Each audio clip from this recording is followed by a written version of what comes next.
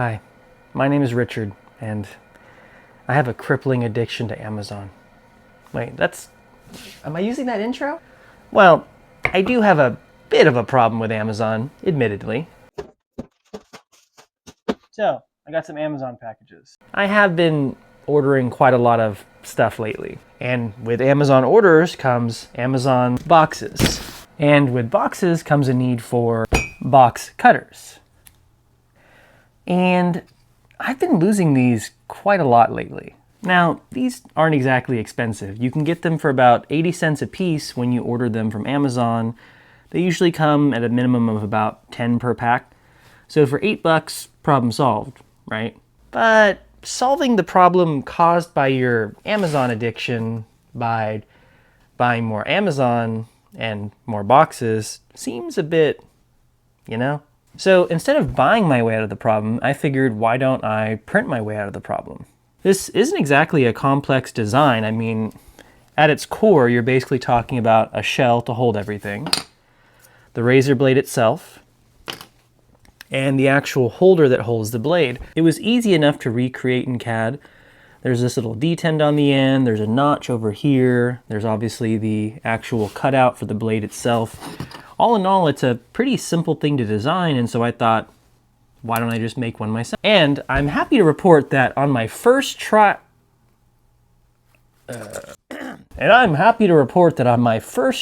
I was able to successfully print a replacement.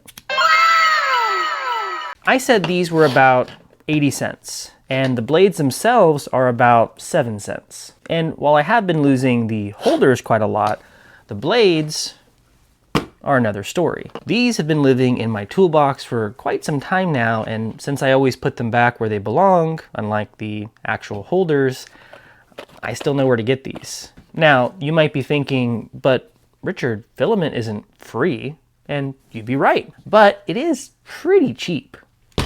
And at about $25 a roll for this Hatchbox filament, you get about 1 kilogram of plastic.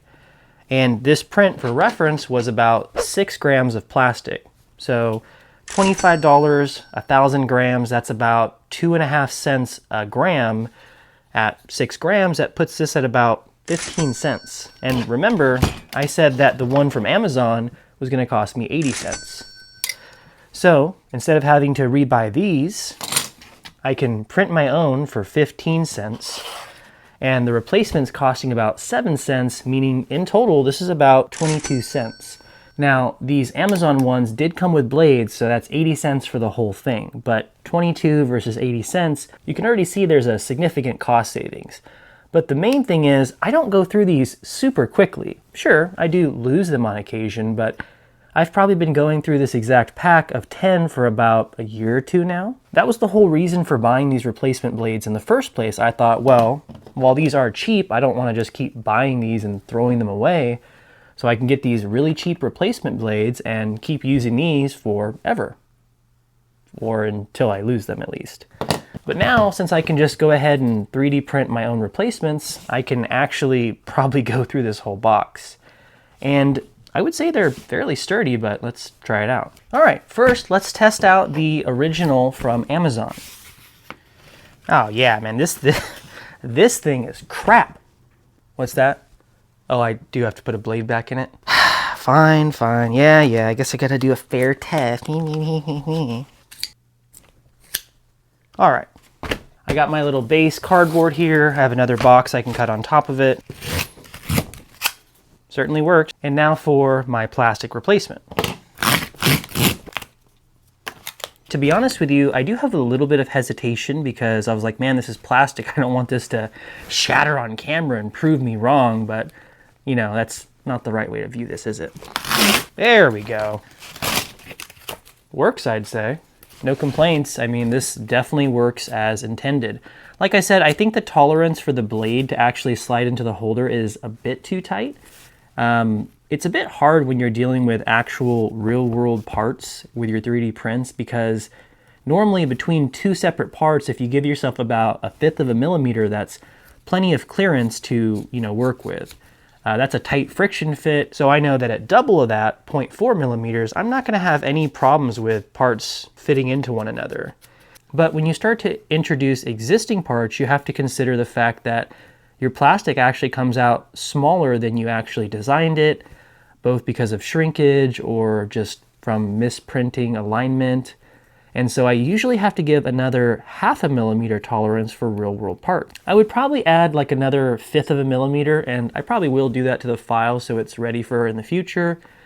I think I might also add a slight chamfer to these edges. You can see that these are fairly sharp edges. They're not uncomfortably sharp, but they're not comfortable either. You can see that on this, these are all rounded metal edges, so they are significantly more comfortable to hold. It's sort of always my last step in design, because once you do add those chamfers or fillets, I always find that the 3D design becomes just a little bit harder to finagle.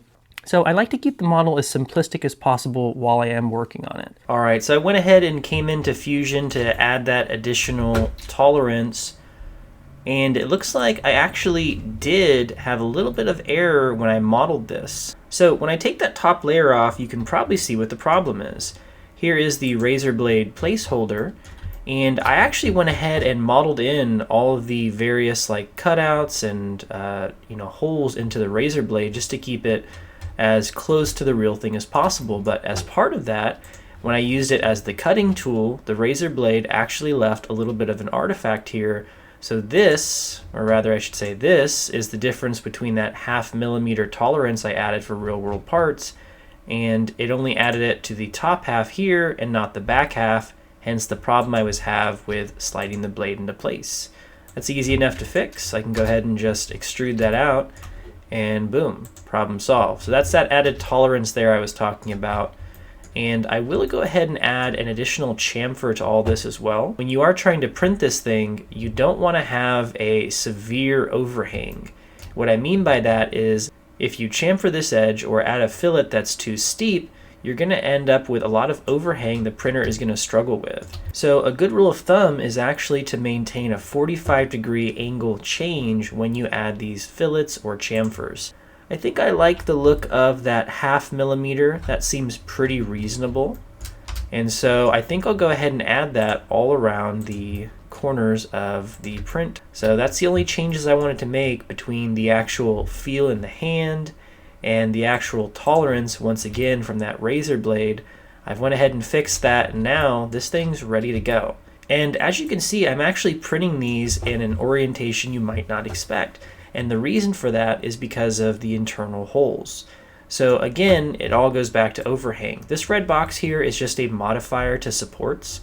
I am using a support for this piece over here, but I don't want this supported because I designed a 45-degree angle so it doesn't need one. And so if we go into slice this, which I've already done, you'll see the supports come in on the front here and not support this back area because of that modifier. And the print orientation I chose here does cause it to print a bit longer, but again, because I have to print these holes both for the razor blade and in general for this, because it is a shell that slips over this inner piece, you're going to have some overhang, and you can tell by the blue lines, it actually tells you over here that's an overhang wall. So you do have quite a bit of overhang happening here, but the distance is so small, it's actually not a huge deal for this printer to do that and didn't cause me any issues. But yeah, that's all there was for today. I just wanted to show you that sometimes when you have a 3D printer, you can go ahead and print a solution to your problems instead of just buying more and sort of perpetuating the problem. But yeah, that was it. I made a 3D printed blade holder for my box cutter. It works great, and yeah, see you next time. Bye.